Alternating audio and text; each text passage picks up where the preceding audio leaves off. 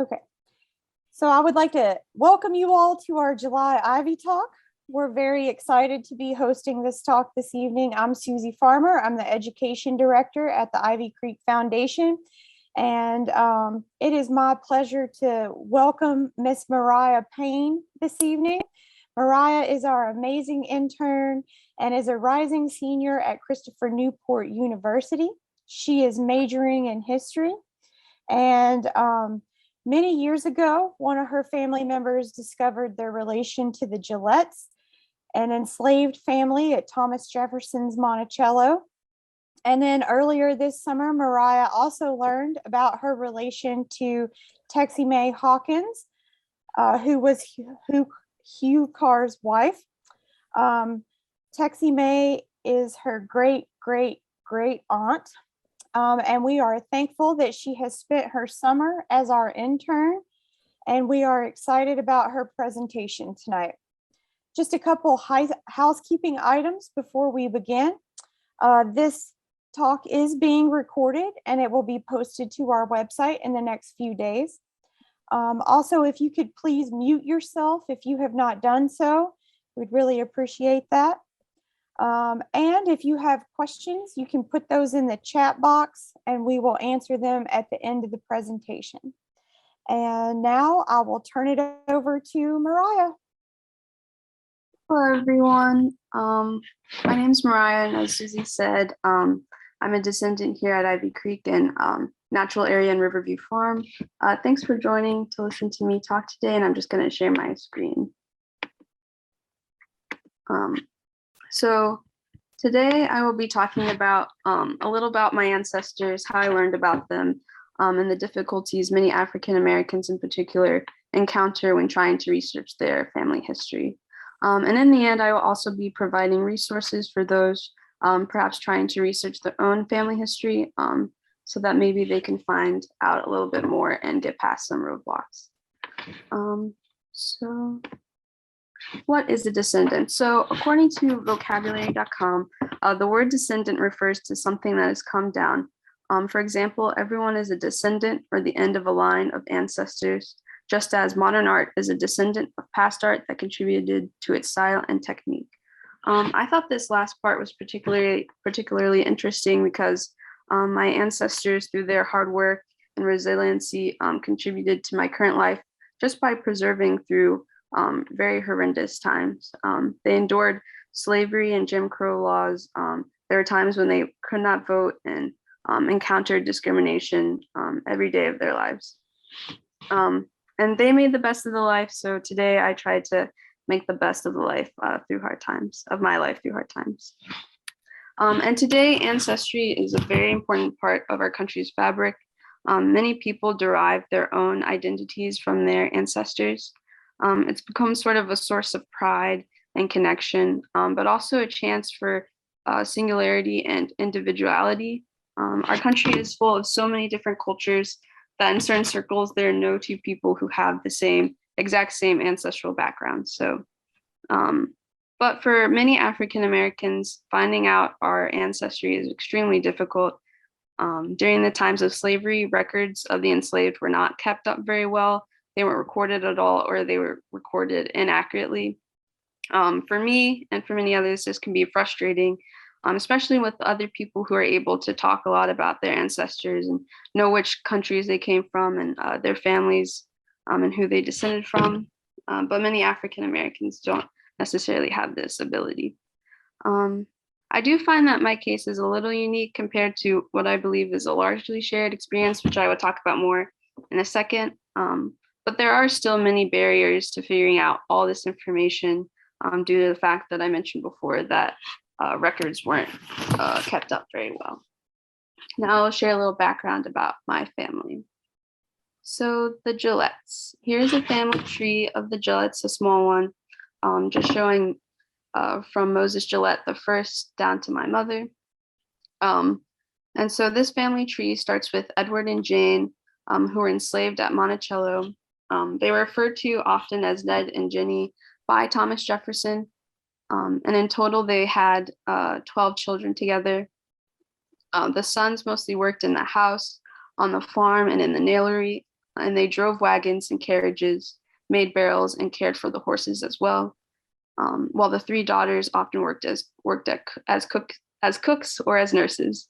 And Edward Gillette himself was a farm laborer. Moses Gillette the first, or Moses Gillette Sr., was my fifth great grandfather, and he often made pails and firkins, which are kind of smallish barrels, in his own time to sell to the Monticello household. After Thomas Jefferson died, he was sold to a local miller, but after emancipation and the Civil War ended, he moved to Southern Ohio in 1865 to live near his brother Israel Gillette. Moses Gillette Jr. Was my, so here's a photo of Moses Gillette Jr., who actually bought land right across from Riverview Farm on the other side of the reservoir. And that would make him one of Hugh Carr's neighbors, actually. And Hydraulic Mills at the time was a prospering Black community right after the Civil War. And here are Israel Gillette's memoirs. And Israel Gillette, as I mentioned, was the brother of Moses Gillette Sr. These memoirs were published in 1873 in the Pike County Republican newspaper in Ohio. You can read them online if you're interested, but they describe some of Israel's experiences during and after being enslaved at Monticello. I will explain a little bit about what is in the newspaper article just for background. So around 10, he became a postilion, which means he operated the landau or his carriage that was drawn by four horses. He was sold by Thomas Jefferson Randolph, who is Thomas Jefferson's grandson, to a man named Thomas Walker Gilmore in 1829. And Thomas Jefferson had died around 1826. Israel Gillette obtained his free papers on June 3rd of 1844 at the Albemarle County Courthouse. And he also adopted the last name Jefferson. Soon after, he moved to Ohio after getting his freedom. And he had 4 children with his first wife, whose name was Mary Ann Coulter, and then married Elizabeth Randolph after his first wife died. And as I mentioned before, you can read these online. He also talks about a conversation he overheard between Marquis de Lafayette and Thomas Jefferson as he was taking them on a ride. Now I will talk about my mother's side of the family. So here is Elizabeth Lizzie Harris Hawkins, and then not pictured Frank Hawkins. And these were my third great grandparents. They had about 7 children together, which include Texie Mae Hawkins, and also Kane, Charlotte/Lottie, Leslie M, Willie Ann, Elizabeth V, and Emma Louisa, who is my second great grandmother. And this, as Susie mentioned before, would make Texie Mae my third great aunt. And here on this slide is the photo of Emma Hawkins White and her husband, Beazle B. White, and then also pictured Texie Mae Hawkins.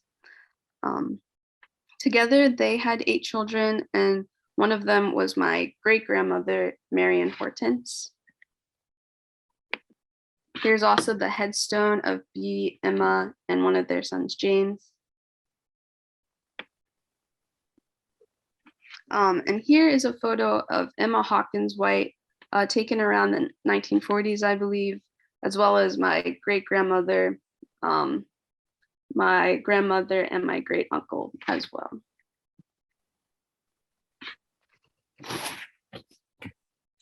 And then here is a photo of me and my parents together as well. So researching family history as an African American, as I mentioned before, can be very difficult as records were not accurate or were not recorded at all. However, I want to start off by talking about ways that African Americans in particular, but not just African American families, are able to share or find out their family history, and at least go back to around the late 1800s, around Reconstruction. And so this would be the 1870 census. So the census has been given every 10 years since 1790. The 1870 census, however, was the first to include African Americans in a meaningful way, as it used their names along with everyone else. The 1870 census was administered on June 1st of 1870, and every person over the age of 20 was required to participate. Here is an example of the top of a 1870 census record. It asks about 20 questions, such as age, sex, color, and occupation.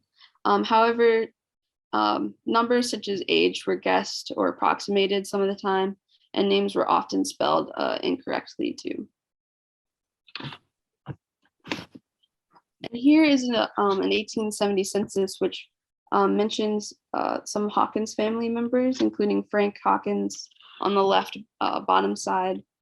And the arrow just shows where you can see the Hawkins family.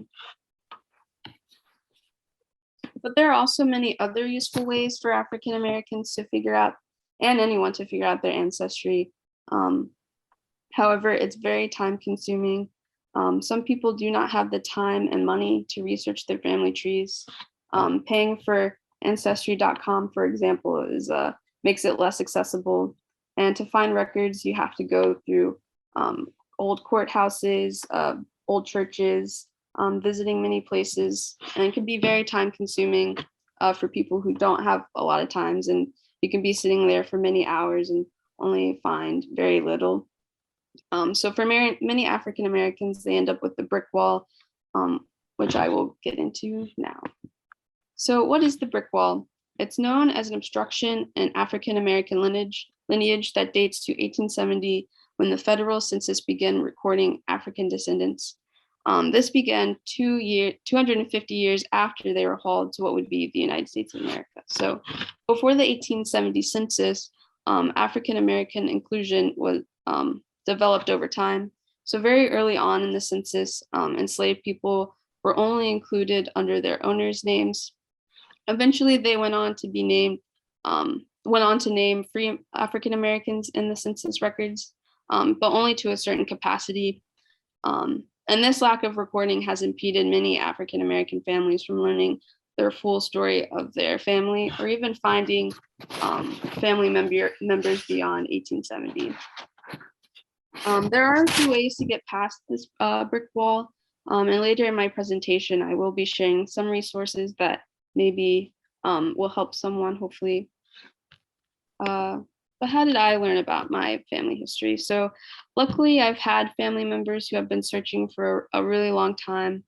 And as I mentioned before, I find that my case might be a little bit more different than other African Americans, especially on my mother's side, specifically because Thomas Jefferson wrote very detailed records of the people he enslaved. And so that made research a little bit easier. However, just as with many other African Americans, we do not know much about the Hawkins side of the family, and we've only gone back so far. So what does all of this mean to me? This is a very difficult question, and it's very unique to everyone who answers it. But I just remember when I was younger, about 10 years old, I found out that I was related to the Gillettes at Monticello. And I remember seeing it as a source of pride. Other kids would talk about their relations to Thomas Jefferson himself or other people we were learning about in the classroom. But even at a young age, I knew that I shouldn't be ashamed of my family's history. Instead, I would tell almost everyone that I was a descendant of the Gillettes at Monticello. And it was very exciting for me to learn about my family's history. And I believe that teaching the true history of our nation is very important, and not just hiding away from the past because it's hard to talk about. Though it was a very disturbing time in the nation and the history of the United States, my descendancy to enslaved people is not something to hide, but something to take pride in, particularly in the resiliency of my ancestors that have allowed me to come this far. And here are the resources I was mentioning before. Family Search is sort of like Ancestry, but free for those who may not be able to afford Ancestry. The Archives PDF provides resources and ways to get around the brick wall, and hopefully find enslaved people prior to the Civil War. The Digital Black History link is a directory full of hundreds of resources and archives that may provide some information. And if your ancestors were slaveholders, that is also very important to find the information and make it accessible to other African American families who are unable to find much about their family's history, particularly before 1870. And so reclaiming can provide suggestions for those who are interested in learning more about that. But I want to thank the Ivy Creek Foundation for this opportunity and for my internship. It has been a great summer, and I've learned a lot, and I got to do a lot. And here are my sources for my presentation. Thank you, everyone.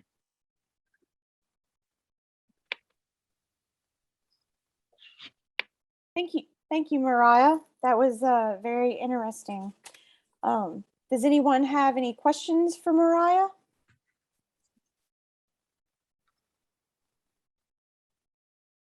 I have a question. May I ask it? Yeah, go ahead. Sorry, I am kind of sequestered here away. Mariah, I had no idea you were related to the Gillettes of hydraulic, as well as Texie Mae Hawkins, and that's fascinating. But I'm going to actually chastise you a little bit, because on something that I was chastised on, and that is following the male side. And what kind of jumped out at me was Frank Hawkins, because I think I passed this on, but we recently learned from the will of Frank Hawkins that Texie Mae was actually probably not his daughter, but Elizabeth was, and which makes you still related to all of Elizabeth's children. And, and this is a concept that has been very strong in the Jewish culture, that you need to follow the female lineage, because that's kind of the only way you know what is, your true lineage. But anyway, great talk, loved it. And I learned new sources. So thank you. Thank you, of course.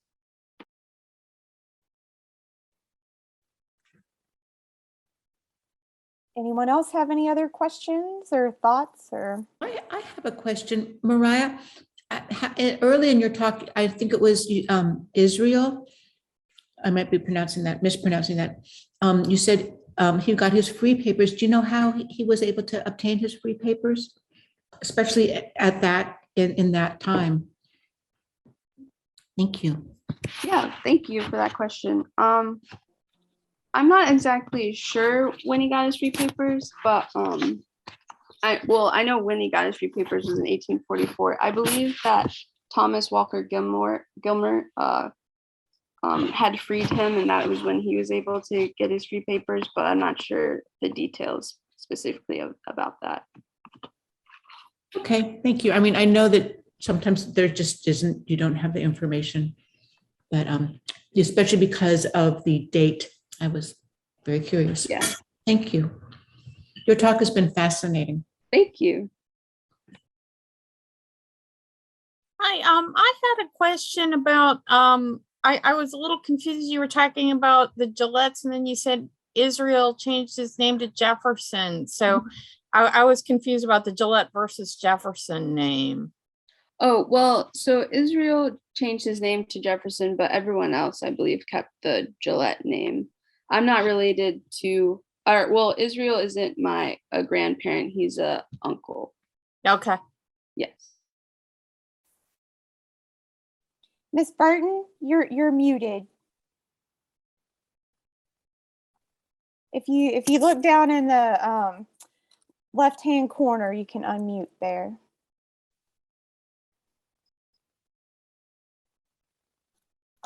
Maybe I can unmute you. Let's see.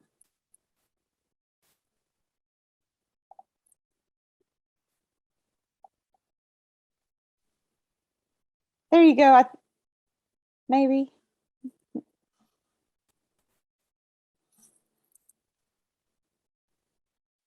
You're unmuted, but we still can't hear you.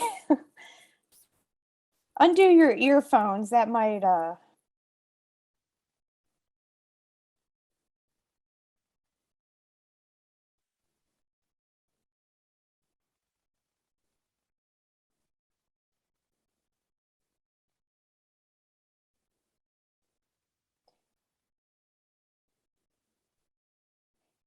if you want to put your question in the chat, I could read it for you. And then that.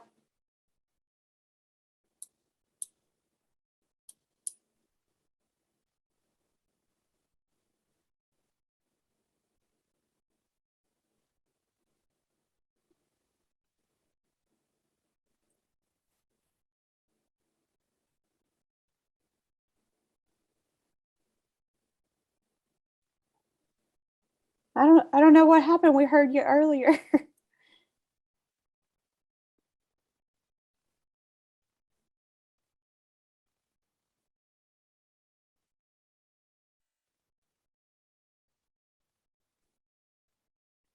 Did you unplug your earphones? Okay. Oh, it says you're still muted somehow. Um,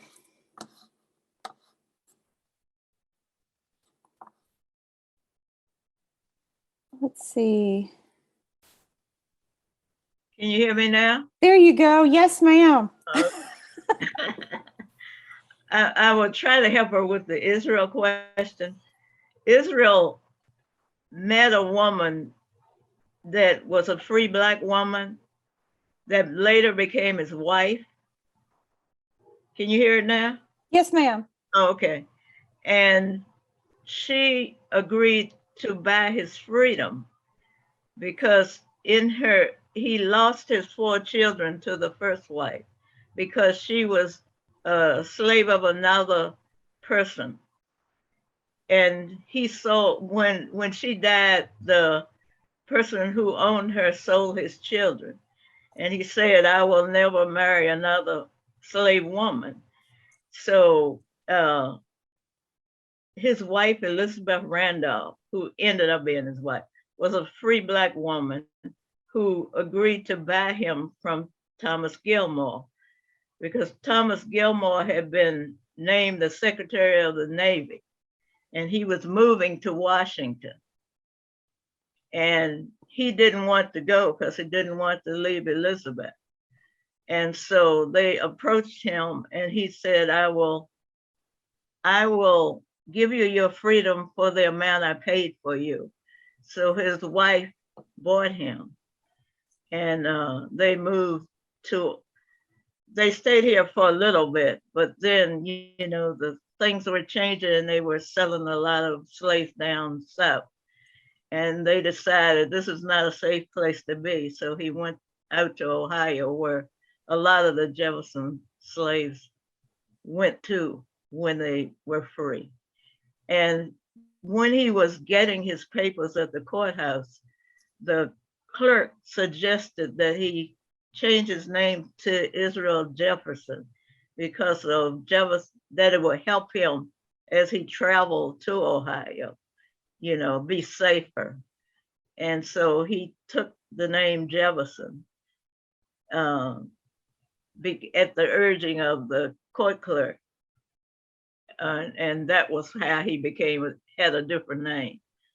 But he was a Gillette as well. His parents were Edward and Jane Gillette, as were the other family members. But, we have found some of them, but not all of them. Some of them were sold when Jefferson died to UVA professors, and they were scattered after Jefferson's death. Thank you for sharing that information, Ms. Burton. That was very interesting. Can I ask Joan a question? Joan, how does that time-wise comport with Eston Hemmings, who also became a Jefferson? Eston Hemmings was free by Jefferson when he died. So they all left, they were children, his children, of course, and he freed them in his will, but they were the only places he freed the children of him and Sally Hemings. Yeah, I just wondered whether they knew each other. Oh yeah, they all went Yeah. out and lived in Pike County and in Ohio. They all Right. lived side by side, and Moses joined them after the Civil War. He lived through the Civil War and was on the Burnley plantation through that whole period, because Seth Burnley and Thomas Jefferson had been really good friends. And he was initially sold to the Pettit family, and then the Pettits apparently couldn't finish the debt, and he was sold to Seth Burnley, and consequently to Seth Burnley's son James, and they were with the Burnleys until the Civil War. That's fascinating. I mean, that's all hydraulic history, which is very much, kind of intersects with the Car Greer story. So thank you. Yes, that's where, yeah. You will find that they most of them knew each other that stayed here in Albemarle. They knew each other and intermarried with each other, and that sort of thing.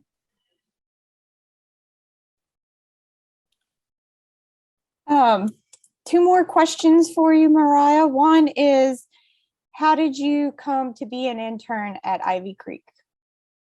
Well, hello. So actually, my professor, Michelle Earhart, at CNU, is sisters with Sue Earhart, who is a director here. So she remembered, my professor remembered that saying I was from Charlottesville and that I was looking for an internship, and that's kind of how we got connected. Yeah. And I'm just going to ask you, did you know that you were a descendant of the Hawkins at the time that you became an intern?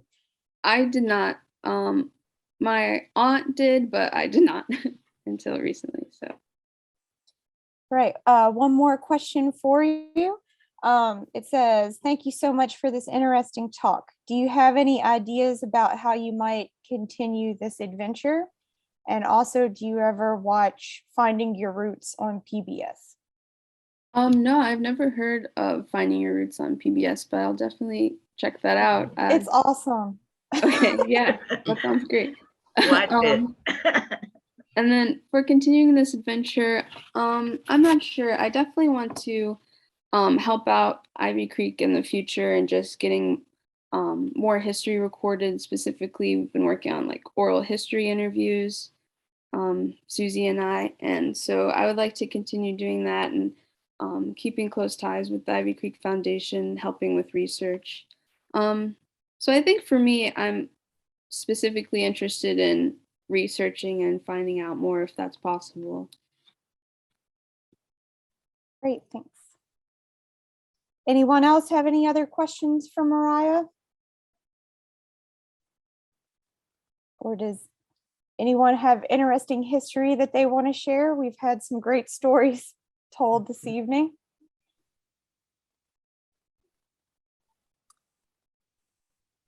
I'll just opine because we have worked with Mariah to really investigate more of this Hawkins side.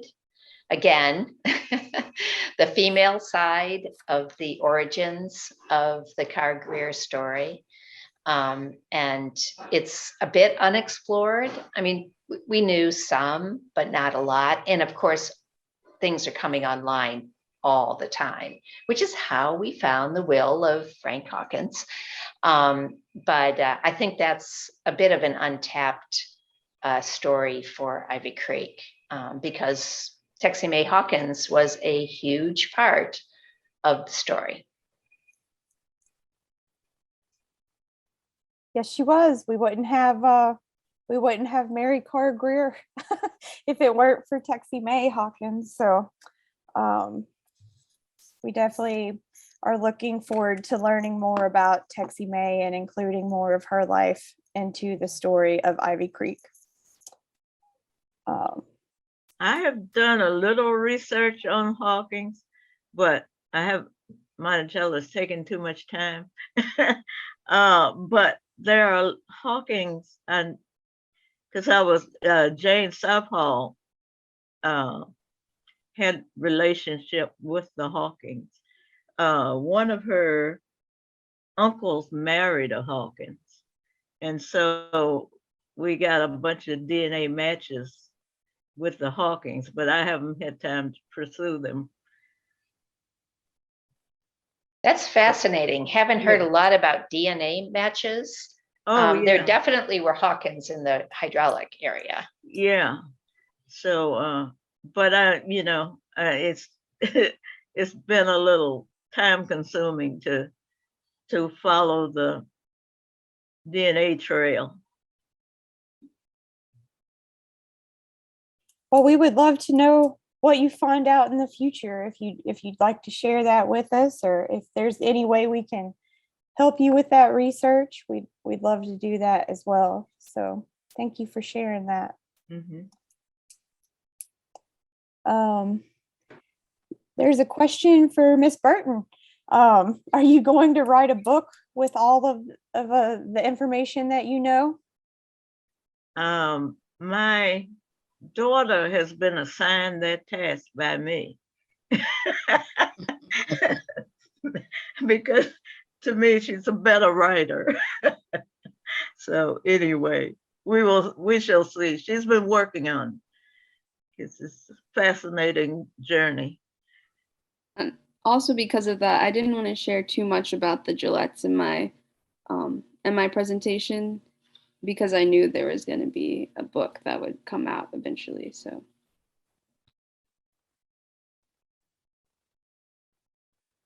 it is a long story.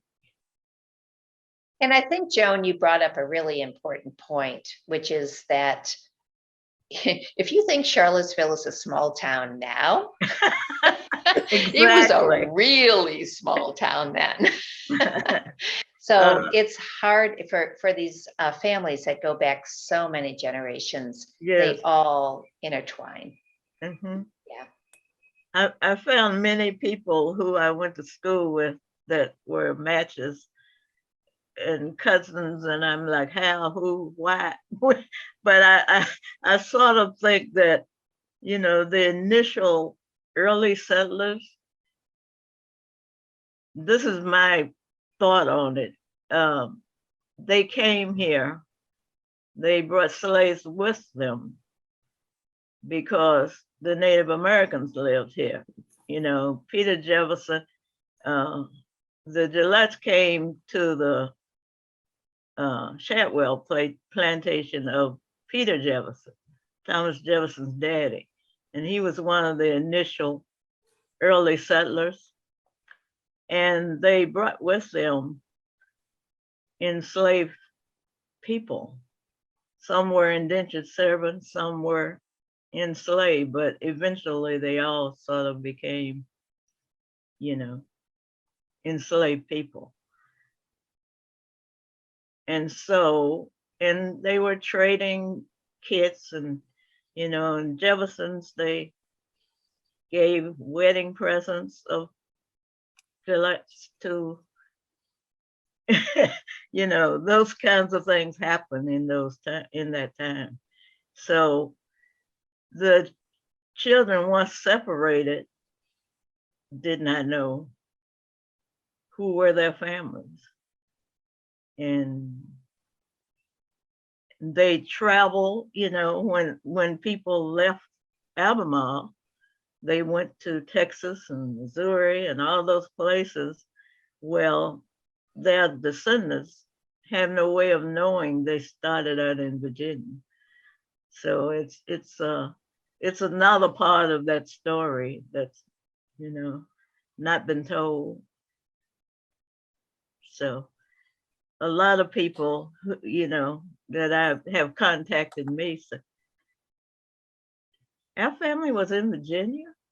I thought, they're calling me from Nebraska, it's kind of, huh?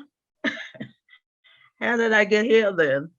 So that's the story of the separation of enslaved families. They don't know where they started. Do you get contacted a lot through Ancestry? Ancestry and 23andMe, because I took both tests. Okay. For for my own, just I had no idea I would get in so deep. I'll be honest. It was one of those what? But anyway, it's been a journey. And I'll have my daughter finish out the story. She was my researcher, so I've just found that that's a really invaluable source of passing along information are these very large websites. Mhm. People get in touch all the time that say, I think I'm related. Mhm. Yeah. And and usually they are. among Yeah. the many resources, and Mariah, you showed us some really interesting ones. Well, locally, the Albemarle County Courthouse goes back a very long way. Right. And if you're willing to sit there and read deed books, because that's where most of that information is, you will find, a lot of information. Mariah, someone shared the link for finding your roots in the chat box for you. If you have the PBS app, you can also stream it. If you don't have access to that, I'll give you my PBS password so you can watch it. All right, folks. Well, thank you all so much. I would like to thank Mariah for doing this presentation for us. This talk was so interesting, and it's been great to learn all of this information. And thank you everyone for spending the evening with us. We hope that you enjoyed it and learned a lot as well. We hope that if you have not visited Ivy Creek Natural Area and Historic Riverview Farm, that you will do so soon, or if it's been a long time since you were there, we hope that you'll come back and visit us again soon. We have a couple events that are coming up that might be of interest to you. On August 24th at 6:30, we will be hosting our August Ivy Talk, which will be hemlocks and the woolly adelgia. Our speaker will be Caitlin DeWitt, who is a forest health specialist with the Virginia Department of Forestry. This program will explore how the woolly adelgia is attacking hemlocks and the steps that are being taken to control this invasive pest. On Sunday, August 28th, we will have a butterfly hike from 10 to noon, but pre-registration is required as space is limited. All of these events are always free and open to the public, so we hope that you will take part in some of them, and you can register for all of them at our website, which is www.ivycreekfoundation.org. If you enjoyed this talk and would like to support what the Ivy Creek Foundation is doing for our community, please consider going to our website and becoming a donor today. And again, thank you all for joining us, and you have a great rest of your evening. And Mariah, thank you for all your hard work this summer. You've been a great intern. So everybody give Mariah a round of applause. Great job, Mariah. Great job. Excellent. Thank you. All right, I'm going to stop recording now. So. Okay.